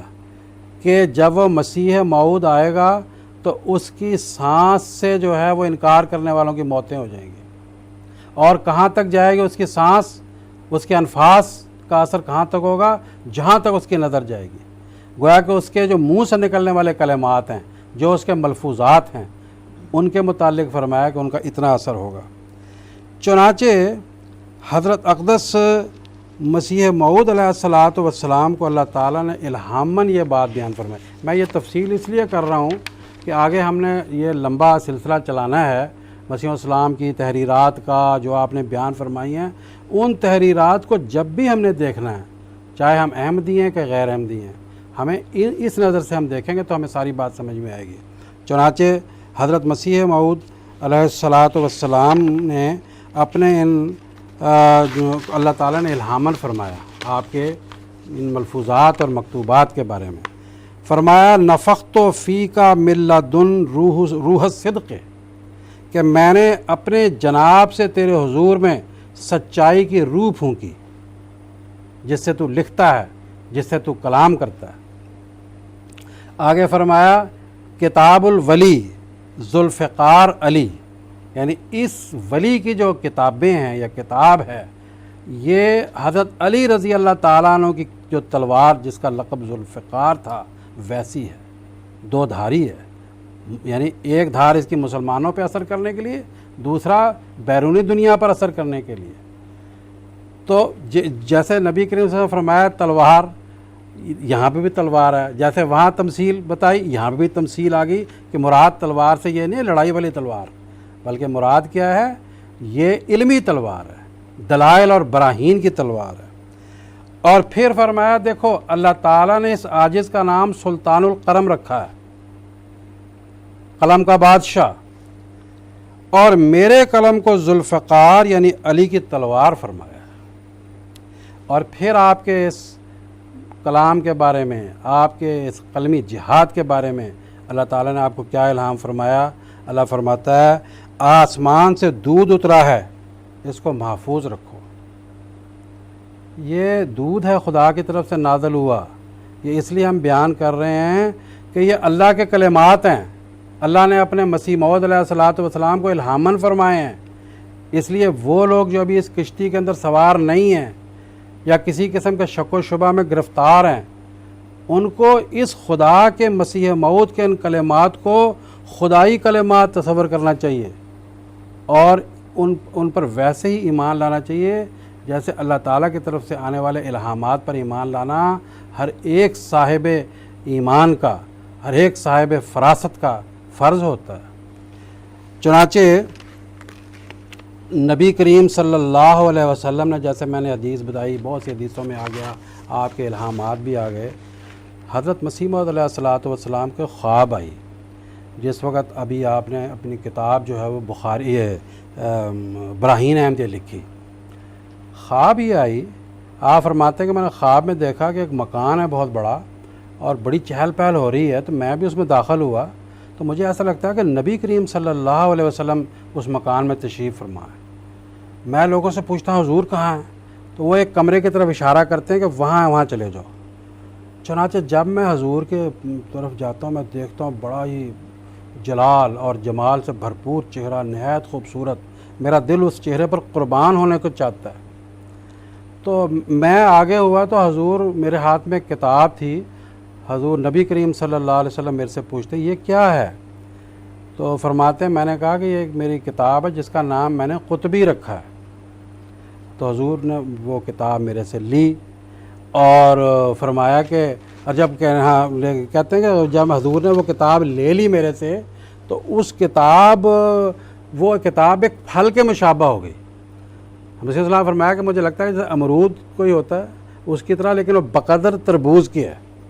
اور نبی کریم صلی اللہ علیہ وسلم میرے سامنے اس پھل کو کاٹا، جیسے پھل کی کاش نہیں کاٹتے، حضور نے اس طرح کاٹا۔ تو فرماتے ہیں کہ میں نے دیکھا کہ حضور کی انگلیوں سے لے کے کوہنیوں تک اس پھل میں سے اتنا شہد نکلا کہ حضور کا ہاتھ انگلیوں سے لے کے کوہنیوں تک بھر گیا۔ تو حضور صلی اللہ علیہ وسلم نے وہ جب کاٹا تو حضور نے فرمایا کہ حضور نے خود بھی کھایا اور مسیح موعود علیہ السلام کو دیا کہ یہ آپ کھاؤ، اور پھر فرمایا کہ خواب میں نے دیکھا کہ ایک شخص مردہ ہے وہ پیچھے ہے اور نبی کریم صلی اللہ علیہ وسلم فرماتے ہیں اس کو دو، تو فرماتے ہیں میں نے اس کو بھی دیا تو وہ زندہ ہو کے میرے پیچھے آ کے کھڑا ہو گیا۔ اس رنگ سے اور اس منصب اور اس مقام کو مد نظر رکھ کر ان کتابوں کو دیکھنا ہر مسلمان کا فرض ہے۔ چنانچہ حضرت یہ جو اسی لیے ان کتابوں کا نام جو روحانی خزائن رکھا گیا ہے، اور یہ بھی نبی کریم صلی اللہ علیہ وسلم کی پیشگوئی تھی، آپ نے فرمایا تھا کہ وہ آئے گا تو وہ خزانے بانٹے گا، کوئی قبول نہیں کرے گا۔ تو اس سے مراد بھی یہ روحانی خزانے ہیں اور یہ قبول نہیں کر رہے، لیکن ایک وقت آئے گا انشاءاللہ تعالیٰ دنیا کو اسے قبول کرنا پڑے گا۔ یہ روحانی خزائن جب چھپی ہے، قادیان سے بھی چھپی ہیں اس کی جلدیں، لنڈن سے بھی چھپی ہیں، رباط وغیرہ سے چھپتی رہی ہیں، تو اس وقت اس کے ہر جلد کے شروع میں ہمارے پیارے امام حضرت امیر المومنین خلیفۃ المسیح الخامس سیدہ اللہ تعالیٰ بن نصر العزیز نے ایک پیغام دیا تھا اس وقت جب یہ چھپی تھی۔ میں اس پیغام میں سے تھوڑا سا یہ پڑھ کر آپ کو سناتا ہوں جس سے پتہ لگے گا آپ کو۔ فرمایا پیغام وہ خزائن جو ہزاروں سال سے مدفون تھے اب میں دیتا ہوں اگر کوئی ملے امیدوار۔ اللہ تعالیٰ نے وہ آخرین منہم کے مصداق حضرت مرزا غلام احمد قادیانی علیہ الصلاۃ والسلام کو اس زمانے کے امام اور مہدی کے طور پر مبعوث فرمایا کہ تا اس کی توحید کا دنیا میں بول بالا ہو، اور ہمارے پیارے نبی اکرم حضرت محمد مصطفیٰ صلی اللہ علیہ وسلم کی سچائی اور قرآن کریم کی صداقت دنیا پر روز روشن کی طرح عیاں ہو جائے۔ قرآن کریم اور نبی اکرم صلی اللہ علیہ وسلم کے ارشادات مبارکہ سے یہ واضح ہوتا ہے کہ یہی وہ زمانہ تھا کہ جب اسلام کی اشاعت اور تبلیغ ساری دنیا کے کناروں تک پہنچانے کے سامان اس خدائے قادر مطلق نے پہلے سے مقرر کر رکھے تھے۔ اسی لیے اس زمانے میں سائنسی ایجادات اتنی تیزی اور کثرت سے ہوئی ہیں کہ انسانی عقل وقال الانسان و ما لہا کے مصداق حیران ہو جاتی ہے۔ یہی وہ زمانہ ہے کہ جس کے بارے میں وَإِذَا الصُّحُفُ نُشِرَتْ کی پیشگوئی فرما کر یہ بتلا دیا کہ اس زمانے میں ایسی ایجادات ہوں گی کہ کتابوں اور رسالوں کی نشر و اشاعت عام ہو جائے گی۔ آگے فرماتے ہیں، یہ میں حضرت مسیح السلام کا کچھ ایک دو اقتباس بھی پڑھ کر سناتا ہوں اس میں سے۔ فرماتے ہیں سو اس زمانے میں نبی اکرم صلی اللہ علیہ وسلم کا پیغام ساری دنیا تک پہنچانے اور اسلام کی سچائی کو ساری دنیا پر ثابت کرنے اور خدائے واحد و یگانہ کی توحید کا پرچار کرنے، یہ موجودہ حضور خلیفۃ المسیح الخامس ایدہ اللہ تعالیٰ کا فرمان ہے۔ فرماتے ہیں سو اس زمانے میں نبی اکرم صلی اللہ علیہ وسلم کا پیغام ساری دنیا تک پہنچانے اور اسلام کی سچائی کو ساری دنیا پر ثابت کرنے اور خدائے واحد و یگانہ کی توحید کا پرچار کرنے کے لیے اسلام کا یہ بطل جلیل جری اللہ سیف کا کام قلم سے لیتے ہوئے قلمی اسلحہ پہن کر سائنس اور علمی ترقی کے میدان کارزار میں اترا اور اسلام کی روحانی شجاعت اور باطنی قوت کا ایسا کرشمہ دکھایا کہ ہر مخالف کے پرخچے اڑا دیے اور محمد مصطفیٰ صلی اللہ علیہ وسلم اور اسلام کا پرچم پھر سے ایسا بلند کیا کہ آج بھی اس کے پھریرے آسمان کی رفعتوں پر بلند سے بلند تر ہو رہے ہیں، اور ساری دنیا پر اسلام کا یہ پیغام حضرت مسیح موعود علیہ الصلاۃ والسلام کی تحریرات کے ذریعہ پھیل رہا ہے اور پھیلتا رہے گا۔ مسیح محمدی کی زندگی بخش تحریرات کی ہی یہ برکت ہے کہ ایک جہان روحانی اور جسمانی احیاء کی نوید سے مستفیض ہو رہا ہے اور صدیوں کے مردے ایک دفعہ پھر زندہ ہو رہے ہیں۔ اور ایسا کیوں نہ ہو کہ اسلام کی گزشتہ 13 صدیوں میں صرف آپ کا ہی کلام ایسا تھا جسے کبھی خدائے بزرگ و برتر کی طرف سے مضمون بالا رہا کی سند نصیب نہیں ہوئی، تو کبھی الہاماً یہ نوید عطا ہوئی کہ در کلام تو چیز ایست کے شعراء دراں دخل نیست کلام افصحت من لدن رب کریم، یعنی تیرے کلام میں ایک ایسی چیز ہے جس میں شاعروں کو دخل نہیں، تیرا کلام خدا کی طرف سے فصیح کیا گیا ہے۔ اب میں حضرت مسیح السلام کا چھوٹا سا اقتباس پڑھ کے اس بات کو ختم کرتا ہوں۔ حضرت مسیح موعود علیہ الصلاۃ والسلام فرماتے ہیں، میں بڑے دعویٰ اور استقلال سے کہتا ہوں کہ میں سچ پر ہوں اور خدا تعالیٰ کے فضل سے اس میدان میں میری ہی فتح ہے، اور جہاں تک میں دوربین نظر سے کام لیتا ہوں، یہ اقتباس بھی اسی پیغام کے اندر سے ہی ہے۔ میں بڑے دعویٰ اور استقلال سے کہتا ہوں کہ میں سچ پر ہوں اور خدا تعالیٰ کے فضل سے اس میدان میں میری ہی فتح ہے، اور جہاں تک میں دوربین نظر سے کام لیتا ہوں تمام دنیا اپنی سچائی کے تحت اقدام دیکھتا ہوں، اور قریب ہے کہ میں ایک عظیم الشان فتح پاؤں، کیونکہ میری زبان کی تائید میں ایک اور زبان بول رہی ہے، اور میرے ہاتھ کی تقویت کے لیے ایک اور ہاتھ چل رہا ہے جس کو دنیا نہیں دیکھتی مگر میں دیکھ رہا ہوں۔ میرے اندر ایک آسمانی روح بول رہی ہے جو میرے لفظ لفظ اور حرف حرف کو زندگی بخشتی ہے۔ یہ ہیں وہ کلمات، اور اس نظر سے ان کلمات کو ہم نے احمدیوں نے دیکھنا ہے اور دنیا کو دکھانا ہے۔ اللہ تعالیٰ انشاءاللہ ایک زمانہ آئے گا، دنیا سمجھے گی اس بات کو، بہت زمانہ قریب سے قریب تر آتا چلا جا رہا ہے۔ اللہ تعالیٰ کے فضل و کرم سے حضور آخر میں چند لائنیں رہ گئیں حضور کے اقتباس کی۔ حضور نے یہ جو پیغام دیا، حضور فرماتے ہیں یہ ہماری خوش نصیبی ہے۔ اس سے پہلے حضور نے یہ فرمایا کہ مسیح السلام کا اقتباس ہے کہ جو خدا کے مرسل کی تحریرات کو کم از کم 3 دفعہ نہیں پڑھتا اس کے اندر تکبر پایا جاتا ہے۔ تو اس لحاظ سے بھی احمدیوں کے لیے یہ بہت ضروری ہے کہ ان خدا تعالیٰ کی طرف سے آنے والے کلمات طیبات کا مطالعہ کریں۔ آخر میں فرماتے ہیں یہ ہماری خوش نصیبی ہے کہ ہمیں اس امام مہدی اور مسیح محمدی کو ماننے کی توفیق ملی اور ان روحانی خزائن کا ہمیں وارث ٹھہرایا گیا۔ اس لیے ہمیں چاہیے کہ ہم ان بابرکت تحریروں کا مطالعہ کریں تاکہ ہمارے دل اور ہمارے سینے اور ہمارے ذہن اس روشنی سے منور ہو جائیں کہ جس کے سامنے دجال کی تمام تاریکیاں کافور ہو جائیں گی۔ اللہ کرے کہ ہم اپنی اور اپنی نسلوں کی زندگیاں ان بابرکت تحریرات کے ذریعہ سنوار سکیں اور اپنے دلوں اور اپنے گھروں اور اپنے معاشرہ میں امن و سلامتی کے دیے جلانے والے بن جائیں، اور خدا اور اس کے رسول کی محبت اس طرح ہمارے دلوں میں موجزن ہو کہ اس کے طفیل ہم کل عالم میں بنین و انسان کی محبت اور ہمدردی کی شمع فروزاں کرتے چلے جائیں۔ اللہ ہمیں اس کی توفیق عطا فرمائے، آمین۔ والسلام خاکسار مرزا مسرور احمد خلیفۃ المسیح الخامس۔ اللہ تعالیٰ حسن جزا۔ کچھ ٹیلی فون کالرز کو اس وقت ہم موقع دیتے ہیں۔ مکرم محمد آصف چغتائی صاحب ہیں، UK سے ہمارے ساتھ رابطے میں ہیں۔ پہلے کچھ ٹیکنیکل خرابی کی وجہ سے ان سے بات نہیں ہو سکی تھی، اب یہ ہمارے ساتھ ٹیلی فون لائن پر موجود ہیں، ان سے بات کرتے ہیں۔ السلام علیکم ورحمۃ اللہ، محمد آصف صاحب۔ جی وعلیکم السلام ورحمۃ اللہ وبرکاتہ۔ راہ خدا کی ٹیم اور اہل قادیان کو ہماری سب کی طرف سے السلام علیکم ورحمۃ اللہ وبرکاتہ کا تحفہ۔ حضرت مسیح موعود علیہ الصلوۃ والسلام کا ایک اقتباسات ہے۔ آپ فرماتے ہیں کہ مسیح موعود کا آنا جو بغیر قید و نزول کے ہے وہ ضرور ایمانیات میں داخل ہے، کیونکہ وہ نہ محض حدیث سے بلکہ قرآن کریم سے ثابت ہے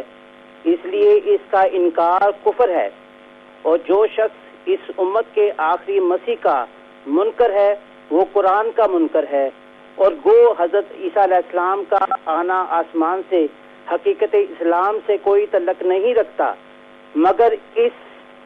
امت میں سے آخری زمانے میں ایک مسیح خاتم الخلفاء پیدا ہونا اسلام سے تعلق رکھتا ہے، بلکہ جزء ایمان کا حصہ ہے، کیونکہ اس کا انکار سورۃ نور کے تمام بیان باطل ٹھہراتا ہے۔ الحکم جلد پنجم 10 دسمبر سن 1901 صفحہ 8۔ اس کی تفصیل مجھے تھوڑی سی چاہیے تھی۔ ٹھیک ہے جناب، جزاکم اللہ، شکریہ مولانا محمد حمید کوثر صاحب۔ تفسیر انہوں نے حضرت اقدس مسیح السلام کو ایک اقتباس پیش کیا ہے جس سے یہ واضح ہو رہا ہے کہ آپ نے حضرت اقدس مسیح السلام پر ایمان لانے کو ایمانیات کا جز قرار دیا ہے، تو اس کی تفصیل یہ جاننا چاہتے ہیں۔ کس کے اوپر ایمان لانا؟ حضرت اقدس مسیح موعود علیہ السلام پر۔ بات یہ ہے کہ حضرت مسیح موعود علیہ السلام پر ایمان لانا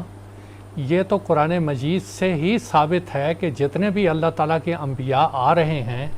آئیں گے ان کے اوپر ایمان لانا یہ ایک ایمان کا حصہ ہے۔ اب دوسری بات یہ ہے کہ یہ جو بتا رہے ہیں کہ مسیح علیہ السلام کے بارے میں خاتم الخلفاء کے آخر میں وہ آئیں گے، دیکھیں حضرت مسیح موعود علیہ السلام رسول کریم صلی اللہ علیہ وسلم سے کوئی الگ وجود نہیں ہے، یہ ہم کو اچھی طرح سے سمجھ لینا چاہیے۔ سیدنا محمد مصطفیٰ صلی اللہ علیہ وسلم وہ اولین اور امیین سے ہیں، وہ اصل ہیں اور وہ سید الانبیاء ہیں۔ سیدنا حضرت مسیح موعود علیہ السلام انہی کا متمم ہے، وآخرین منہم لما یلحقوا بہم، یعنی حضرت مسیح موعود علیہ السلام کا سلسلہ یہ حضرت رسول کریم صلی اللہ علیہ وسلم کے ہی خلافت کا امتداد سمجھ لیں جو یہاں تک چلتا چلا آ رہا ہے۔ اور اسی لیے حضور صلی اللہ علیہ وسلم نے ایک حدیث میں جو امام مہدی علیہ السلام سے متعلق ہے، حضور صلی اللہ علیہ وسلم نے فرمایا اذا رأیتموہ فبایعوہ ولو حبوا علی الثلج فإنہ خلیفۃ اللہ المہدی، کہ وہ اللہ کا خلیفہ ہوگا، یعنی اللہ کے احکامات کو قرآن کے مطابق زمین میں نافذ کرنے والا ہوگا، اس لیے اس کو ماننا تو بہت زیادہ ضروری ہے۔ اب بعض لوگ یہ کہہ دیتے ہیں، آپ کے ایک سوال میں بھی ابھی میں دیکھ رہا تھا کہ اگر تو حضرت مرزا غلام احمد صاحب وہی کچھ لے کے آئے ہیں جو کہ رسول کریم صلی اللہ علیہ وسلم لے کے آئے ہیں، پھر ہمیں ماننے کی ضرورت کیا ہے؟ اب دیکھیں کہ یہ سوال بڑا عجیب سا سوال ہے۔ سیدنا حضرت مرزا غلام احمد صاحب کو ماننے کا حکم اللہ تعالیٰ نے دیا ہے، اور رسول کریم صلی اللہ علیہ وسلم نے مزید اس کی وضاحت کی ہے اذا رأیتموہ فبایعوہ، کہ جب بھی تم امام مہدی کو دیکھو تو اس کی بیعت کرنا۔ ابھی ایک سوال میں تھا کہ را جب تم اس کو دیکھو، دیکھیں یہ باتیں جو را ہے، علم ترى کیف فعل ربک، اللہ تعالیٰ رسول کریم صلی اللہ علیہ وسلم کو مخاطب کر کے کہہ رہا ہے کیا تو نے اصحاب فیل کو نہیں دیکھا، حالانکہ یہ واقعہ تو رسول کریم صلی اللہ علیہ وسلم سے پہلے کا ہے۔ تو جہاں را کا لفظ آتا ہے اس کا مطلب یہ ہے کہ اس کے بارے میں سنو یا اس کو دیکھو، اس کے اوپر ایمان لانا ہے۔ تو یہ حضرت مسیح موعود علیہ السلام نے اس براہین کے اقتباس میں جو انہوں نے ابھی پڑھ کے سنا ہے، یہ اس ایمان آمن الرسول، اس کے اندر لفظ آتا ہے قرآن مجید میں کہ رسولوں پر ایمان لانا۔ سیدنا حضرت مسیح موعود علیہ السلام ذلی طور پر اس امت کے اندر نبی اور رسول کی حیثیت سے ہیں، ان کا انکار تو ممکن ہی نہیں ہے۔ واضح جواب تھا۔ اب ہم بات کرتے ہیں مکرم فہیم احمد راشد صاحب سے، جو کہ پاکستان سے اس وقت ہمارے ساتھ ٹیلی فون لائن پر موجود ہیں۔ السلام علیکم ورحمۃ اللہ فہیم صاحب۔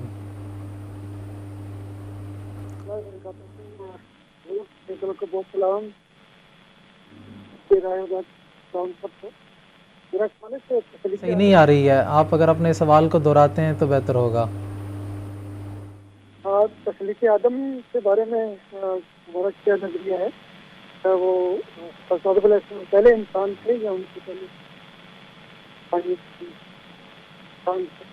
جناب جزاکم اللہ، جو ہمیں سنا ہے ان کے سوال سے کہ تخلیق آدم کے بارے میں ان کا سوال تھا کہ کیا وہ پہلے انسان تھے. جماعت احمدیہ کے اس کے بارے میں کیا نظریہ ہے؟ مولانا منیر خادم صاحب سے درخواست کروں گا.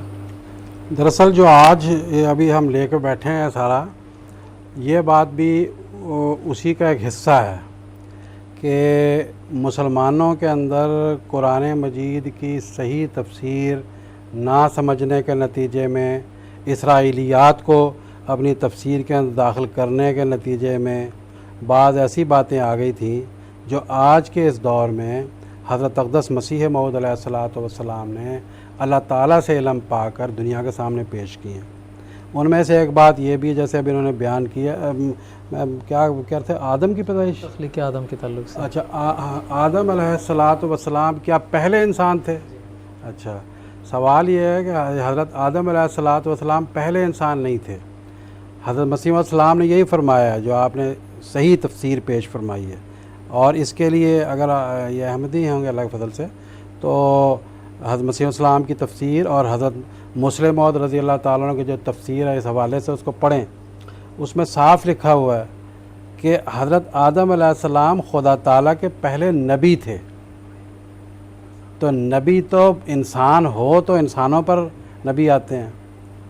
اور ایک آدم وہ بھی ہیں جو سب سے پہلے آئے تو وہ بھی پہلا انسان ہونے کے لحاظ سے آدم کہلائے. لیکن قرآن کریم میں جس آدم کا ذکر آتا ہے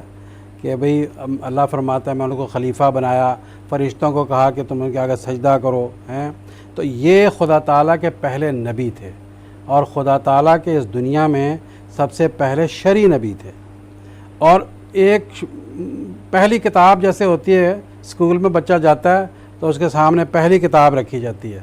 تو ان کو شریعت جو دی گئی قرآن مجید میں اس کا خلاصہ بھی بیان کیا گیا ہے. قرآن مجید میں اللہ تعالیٰ فرماتا ہے کہ حضرت آدم علیہ السلام کو اللہ نے یہ فرمایا کہ انا لکا اللہ تجوع فیہا ولا تعرا، کہ تم اس زمین پر بھوکے نہیں رہو گے، ننگے نہیں رہو گے. اور آگے فرمایا تم اس زمین پر پیاسے نہیں رہو گے اور تمہارے سر کے اوپر چھت رہے گی. تو یہ چار باتوں کا حکم دے کے کہا کہ یہ جو انسان ہیں، ایک تو یہ ان کے لیے غذا کا انتظام ہونا چاہیے صحیح، اور دوسرا یہ کہ کپڑے پہناؤ، اور پھر یہ ہے کہ اچھے پانی کا ان کے لیے انتظام کرو، کوئی پیاسا نہیں رہنا چاہیے. ہوا کہ جنت کا ایک نظام، ایک سوسائٹی ایک منظم سوسائٹی جس میں رہنے کے نتیجے میں انسان کی جسمانی اور اخلاقی اور روحانی زندگی جنت نظیر بن جاتی ہے، اس سوسائٹی کے سب سے پہلے نبی تھے. اور چونکہ وہ ہر نبی جو خدا کا آتا ہے حضرت آدم علیہ الصلوۃ والسلام سے لے کر ہمارے نبی حضرت محمد مصطفیٰ صلی اللہ علیہ وسلم، وہ جنت کے قیام کے لیے ہی آتے ہیں، اس دنیا کو بھی جنت بنانے کے لیے آتے ہیں. اور پھر مرنے کے بعد جن کو اس دنیا میں جنت ملتی ہے، جنت جن کے لیے اللہ مقدر کرتا ہے، آخرت میں بھی پھر ان کے لیے مقدر کرتا ہے، ہم امید رکھتے ہیں. تو یہ جو جنت آتا ہے قرآن مجید میں، بعض لوگوں کو اس سے جو ہے وہ ہو گئی، غلطی لگ گئی، اور وہ دراصل غلطی لگی بائبل کے پڑھنے کے نتیجے میں. یہ بہت بڑی بڑی غلطیاں اس بائبل کے جو اندر جو کلمات لکھے ہوئے ہیں ان کو قرآن مجید کی تفسیر کے اندر داخل کرنے کا نتیجہ ہے. تو اس میں کہتے ہیں کہ جنت، اس سے مراد کیا ہے کہ آسمان پر کوئی تھے حضرت آدم علیہ الصلوۃ والسلام، اور وہاں جنت میں تھے، اور پھر ان سے کوئی گناہ سرزد ہو گیا تو خدا نے ان کو نیچے اتار دیا. ایسی بات نہیں ہے. حضرت آدم علیہ السلام کو اللہ تعالیٰ نے اس زمین میں ہی انسانوں کے اوپر سب سے پہلا نبی بنا کر مبعوث فرمایا تھا. اور پھر جو یہ تھا کہ ان کو بھی نیکی اور بدی کی جو تعلیمات ہیں ساری دی گئی تھی، ساری باتیں ان کو سمجھائی گئی تھیں. لیکن قرآن مجید میں آتا ہے کہ وہ وقتی طور پر جس کا انہوں نے کوئی عزم نہیں کیا تھا، کوئی ارادہ نہیں کیا تھا، بھولے سے شیطان کے اکساوے میں آ گئے. تو اب لیکن ولم نجد لہو عزما، قرآن مجید میں صاف لکھا ہے کہ غلطی ہو گئی، نسیہ، بھول گیا تھا، لیکن اس نے عزم نہیں کیا تھا. وہ غلطی وہ جنت میں نہیں ہوئی تھی، وہ اسی دنیا کو جس کو حضرت آدم علیہ السلام نے ایک ایسی جنت والی سوسائٹی بنائی تھی، اس سوسائٹی میں بعض جو قوانین تھے ان پر عمل نہ کرنے کے نتیجے میں جو ہے وہ شیطان کے بہکاوے میں آنے کے نتیجے میں بعض لوگوں کو ایسی غلطیاں لگیں. اور اللہ تعالیٰ نے حضرت آدم علیہ السلام کو بریت کی. لیکن دیکھیں آج تک مفسرین حضرت آدم علیہ السلام کو گناہ گار ٹھہرا کر ان کو چھوڑتے نہیں ہیں. اور حضرت مسیح موعود علیہ السلام کو بہت بڑا احسان ہے کہ عصمت انبیاء کا آپ نے قیام فرمایا. میں ضمناً بتاؤں کہ صرف حضرت آدم علیہ السلام کو نہیں گناہ گار قرار دیتے. حضرت ابراہیم علیہ السلام کے بارے میں بھی تفاسیر میں لکھا ہے انہوں نے جھوٹ بولے. اور بعض اور خدا تعالیٰ کے نبیوں کے بارے میں جن کی تفسیر اب اس وقت بیان نہیں کی جا سکتی ان کے بارے میں ایسی تفسیروں میں باتیں آ گئی ہیں. تو یہ جو ہم بار بار اس لیے کہہ رہے ہیں کہ حضرت مسیح موعود علیہ السلام نے جو اللہ تعالیٰ کے الہام کے نتیجے میں، الہام کی روشنی کے نتیجے میں جو یہ نور دنیا کے اندر پھیلایا، اس کی آنکھ سے اسلام کو اور قرآن مجید کو اور نبی کریم صلی اللہ علیہ وسلم کے فرمودات کو سمجھنے کی ضرورت ہے.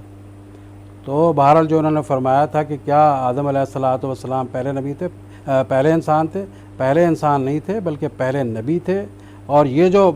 بعد اس کے اندر بعض باتیں آئی ہوئی ہیں وہ اگر ہم تفصیل میں نہیں جا سکتے، وقت نہیں ہمارے پاس، یہ تفسیر کبیر کے اس حصے کو نکالیں، وہاں سے پڑھیں. حضور نے صاف طور فرمایا کہ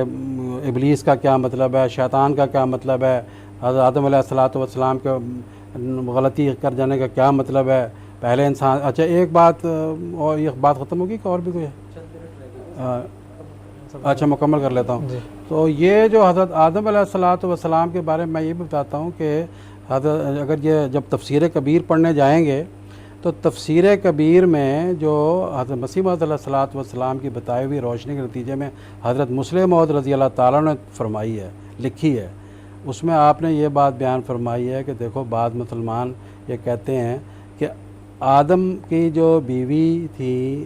حضرت حوا، اس میں کئی طرح کے بڑی اس میں داستانیں اور بڑے قسم کے افسانے بنے ہوئے ہیں اس آدم علیہ السلام کی جو یہ ہے واقعہ. اس کے اندر ایک یہ بھی افسانہ بیان کیا جاتا ہے کہ جو حوا تھیں وہ آدم کی پسلی سے پیدا ہوئی. تو کیا کس طرح بھیا آدم کی پسلی سے پیدا ہو گئیں؟ تو یہ بھی غلط ہے. مسیح السلام نے فرمایا، حضرت مسلم موعود رضی اللہ تعالیٰ نے فرمایا کہ یہ ایک تمثیل ہے، یہ تمثیلی باتیں ہیں. اس میں نسوانیت جو ہے یا جو عورت ہے اس کے اندر جو نسوانیت پائی جاتی ہے، اس کے اندر جو ناز و نخرہ پایا جاتا ہے، اس ٹیڑھے پن کی طرف اس میں بتایا گیا ہے کہ وہ جس طرح پسلی ٹیڑھی ہوتی ہے، پسلی سے پیدا کی گئی ہے. اور اس میں اس حدیث کی طرف ہمیں رخ کرنا ہوگا کہ نبی کریم صلی اللہ علیہ وسلم فرماتے ہیں کہ تم عورتیں جو پسلی سے پیدا ہوئی ہیں، اگر تم اس کو پسلی کو سیدھا کرنا چاہو گے تو ٹوٹ جائے گی. جیسی ہے ویسے ہی حالت میں رکھو، اور جو ہے خدا تعالیٰ کی وہ اس کے اندر جو ناز و ادا اور ٹیڑھے پن کی جو نسوانیت کی ایک علامت ہے اس کو وہ دیکھیں شروع میں بیان کیا گیا قرآن مجید کی ابتدا میں ہی. اور پھر اس بائبل کی کہانی کو لے کر کے آدم جو ہے حوا پسلی سے پیدا کی گئی آدم سے، اور پھر یہاں تک کہا گیا کہ بائبل میں لکھا ہے کہ آدم انسان کو پیدا کر کے، اللہ تعالیٰ انسان کو پیدا کر کے پچھتایا کہ یہ میں نے کیا پیدا کر دیا ان کو. تو گویا کہ دیکھیں اللہ تعالیٰ کی طرف بھی ایسی باتیں منسوب کر دی گئی ہیں، اور یہ ساری باتیں تفسیروں کے اندر ویسی کی ویسی اتار لی گئیں. اور یہ اس بات کی کنفیوژن پیدا ہوئی کہ قرآن میں تو لکھا ہے کہ بائبل بھی خدا کی طرف سے خدا کا کلام ہے، تورات خدا کا کلام ہے، انجیل خدا کا کلام ہے، تو ان کو مان لینے میں کیا حرج ہے. تو اب آپ فرما رہے ہیں کہ ٹائم بہت تھوڑا رہ گیا. اصل حقیقت یہ ہے اس کے اوپر بھی حضرت مسیح موعود علیہ السلام نے روشنی ڈالی ہے کہ وقت کے لحاظ سے اللہ نے جو وعدہ فرمایا تھا حفاظت کا، وہ صرف قرآن مجید کے بارے میں تھا. یہ ساری کتابوں کے اندر وہ حفاظت نہیں رہی، ترامیم ہو گئی ہیں اور انسانوں نے ترامیم کر دی. وہ انسانی ترامیم کو ہمارے مفسرین نے قرآن مجید میں شامل کر کے اتنا بڑا ظلم کیا ہے. اور آج وہ حضرت مسیح موعود علیہ السلام کا احسان ہے کہ آپ نے حضرت صلی اللہ علیہ وسلم کی غلامی میں آج قرآن مجید کے ان تمام چیزوں کی صفائی کی، اور جو ہے وہ صحیح تفسیر اور صحیح جو قرآن مجید کا علم ہے وہ اللہ کے علم سے عطا کردہ جو روشنی تھی اس سے آپ نے عطا فرمایا. تو ناظرین کرام، اس کے ساتھ آج کا ہمارا یہ ایپیسوڈ ختم ہوتا ہے. سیدنا حضرت اقدس مسیح موعود علیہ السلام کی تحریرات زندگی بخش ہیں، اور ہر قسم کی اخلاقی اور علمی اور روحانی و جسمانی ترقی اور شفا کا زینہ آپ کی یہی تحریرات ہیں۔ انشاءاللہ ہم آپ علیہ الصلوۃ والسلام کی تحریرات کے تعلق سے آگے کے ایپیسوڈز میں بھی گفتگو کریں گے۔ سیدنا حضرت اقدس مسیح موعود علیہ الصلوۃ والسلام کا ایک اقتباس اس وقت میں آپ کی خدمت میں پیش کرتا ہوں، جس میں حضور فرماتے ہیں، میں سچ سچ کہتا ہوں کہ مسیح کے ہاتھ سے زندہ ہونے والے مر گئے، مگر جو شخص میرے ہاتھ سے جام پیے گا جو مجھے دیا گیا ہے وہ ہرگز نہیں مرے گا۔ وہ زندگی بخش باتیں جو میں کہتا ہوں اور وہ حکمت جو میرے منہ سے نکلتی ہے، اگر کوئی اور بھی اس کی مانند کہہ سکتا ہے تو سمجھو کہ میں خدا تعالیٰ کی طرف سے نہیں آیا۔ لیکن اگر یہ حکمت اور معرفت جو مردہ دلوں کے لیے آب حیات کا حکم رکھتی ہے دوسری جگہ سے نہیں مل سکتی تو تمہارے پاس اس جرم کا کوئی عذر نہیں کہ تم نے اس سرچشمہ سے انکار کیا جو آسمان پر کھولا گیا، زمین پر اس کو کوئی بند نہیں کر سکتا۔ تو ناظرین کرام، انشاءاللہ ہم اپنے اگلے ایپیسوڈ میں سیدنا حضرت اقدس مسیح موعود علیہ الصلوۃ والسلام کی معرکۃ العریٰ تصنیف براہین احمدیہ کے تعلق سے کچھ تفاصیل آپ کی خدمت میں پیش کریں گے۔ ہمارا اگلا ایپیسوڈ مرخہ 18 جولائی کو نہیں، کیونکہ 18 جولائی کو عید الفطر کے پیش نظر پروگرام راہ ہدیٰ کی لائیو نشریات نہیں ہوگی۔ انشاءاللہ ہمارا اگلا ایپیسوڈ مرخہ 25 جولائی 2015 کو ہفتے کے روز انڈین ٹائم کے مطابق رات کے 9:30 بجے اور GMT کے مطابق سحر کے 4 بجے قادیان دارالعلومان سے ہم آپ کی خدمت پہ لائیو پیش کریں گے۔ تب تک کے لیے اجازت دیجیے گا۔ السلام علیکم ورحمۃ اللہ وبرکاتہ۔ آؤ لوگوں کہ یہی نور خدا پاؤ گے، لو تمہیں طور تسلی کا بتایا ہم نے۔ آؤ لوگوں کہ یہی نور خدا پاؤ گے، لو تمہیں طور تسلی کا بتایا ہم نے، لو تمہیں طور تسلی کا بتایا